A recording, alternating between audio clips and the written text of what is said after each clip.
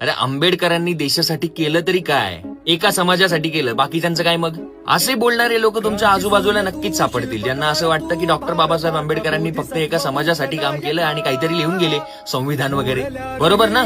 Doctor Babasaheb आंबेडकरांनी संविधान फक्त काही शाईने नाही लिहिलं, ते लिहिलं त्यांच्या कष्टानं, रक्तानं, प्रेमानं, प्रज्ञेनं भारताचं भविष्य घडवलं. त्याच संविधानाने प्रत्येकाला, जो याच्यावर टीका करतोय ना, त्यालाही शिकण्याचा, नोकरीचा, न्यायाचा आणि ज्ञानाचा अधिकार दिला. शिक्षणाचा अधिकार, समानतेचा हक्क, अस्पृश्यतेच्या विरोधात कडक कायदे, महिलांसाठी डिव्होर्स आणि संपत्तीचा अधिकार, कामगारांसाठी 8 तास कामाची वेळ, ओबीसी, एससी, एसटी साठी आरक्षण. हे सगळं काय आपोआप घडून आलंय असं वाटतंय का? बाबासाहेबांनी जर संविधान लिहिलं नसतं तर बरेच लोक माणूस म्हणून सुद्धा ओळखता आले नसते.